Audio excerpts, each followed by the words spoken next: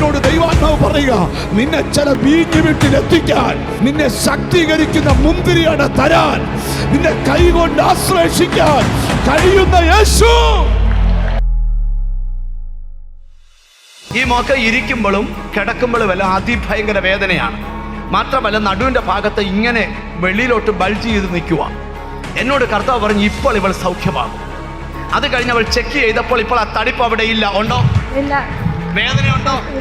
ഇരുന്നു എഴുന്നേറ്റ് നടന്നു, ആ വേദനയില്ല. പങ്കട എന്ന് പറയുന്ന സ്ഥലത്ത് ഞാനൊരു മീറ്റിങ്ങിൽ പ്രസംഗിക്കാൻ പോയി. അന്ന് ഇദ്ദേഹത്തിൻ്റെ വയറ്റിൽ നീണ്ട വർഷങ്ങളായിട്ടൊരു വലിയ മുഴയുണ്ടായിരുന്നു. പുള്ളിയോട് പറഞ്ഞു, പാസ്റ്ററെ, അന്ന് എന്നെ സൗഖ്യമാക്കുന്നെന്ന് പറഞ്ഞ് ജനത്തിനെഴുതി എഴുന്നേൽപ്പിച്ചതാ. അന്ന് ഞാൻ സൗഖ്യമായി. പിന്നെ എനിക്ക് ആ വയറിനകത്ത് ആ മുഴ ഒരിക്കൽ പോലും ഉണ്ടായിട്ടില്ല. ശരിയല്ലേ? അതെ. ആ സാക്ഷി ഇപ്പം എന്നോട് വന്നറിയാം, 5 വർഷം എൻ്റെ മുഴ സൗഖ്യമാക്കിയ യേശുവിൻ്റെ അടുക്കൽ വന്ന് ഞാൻ വിളിച്ചു പറയുവാന്ന്. എന്തിനാ ഈ സാക്ഷ്യം നിങ്ങളോട് പറയുന്നത്? യേശു ഇന്നും ജീവിക്കുക.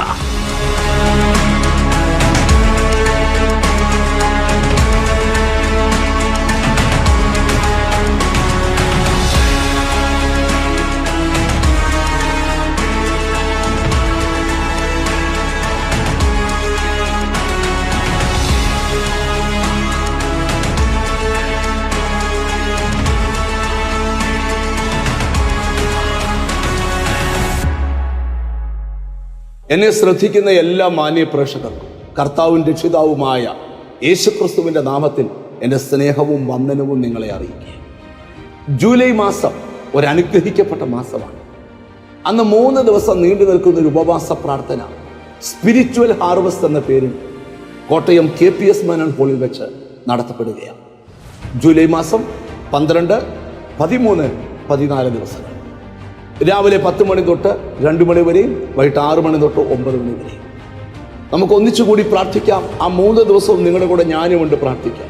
യേശു രോഗികളെ സൗഖ്യമാക്കും, യേശു ബന്ധനങ്ങൾ അഴിക്കും, യേശു ശാപങ്ങളെ മാറ്റും, യേശു പരാജയങ്ങളെ മാറ്റും, യേശു നിങ്ങളുടെ ജീവിതത്തിൽ അത്ഭുതം ചെയ്യും. ഒന്നിച്ച് പ്രാർത്ഥനയിൽ കൈകോർക്കാൻ നിങ്ങൾക്ക് താല്പര്യമുണ്ടോ? നമ്മൾ പല സ്ഥലങ്ങളിൽ ഇരുന്നല്ലേ കഴിഞ്ഞ നാളുകളിലൊക്കെ വചനം കേട്ടതും ഒക്കെ. നമുക്കൊന്ന് ഒന്നിച്ചു കൂടാം, ദൈവത്തിൻ്റെ മുമ്പിൽ ഒന്നിച്ചുകൂടാ. ദൈവം നിങ്ങളുടെ ജീവിതം ഒരു അത്ഭുതമാണ്. മറക്കരുത്, ജൂലൈ 12, 13, 14. കർത്താവ് അനുഗ്രഹിക്കട്ടെ. God bless.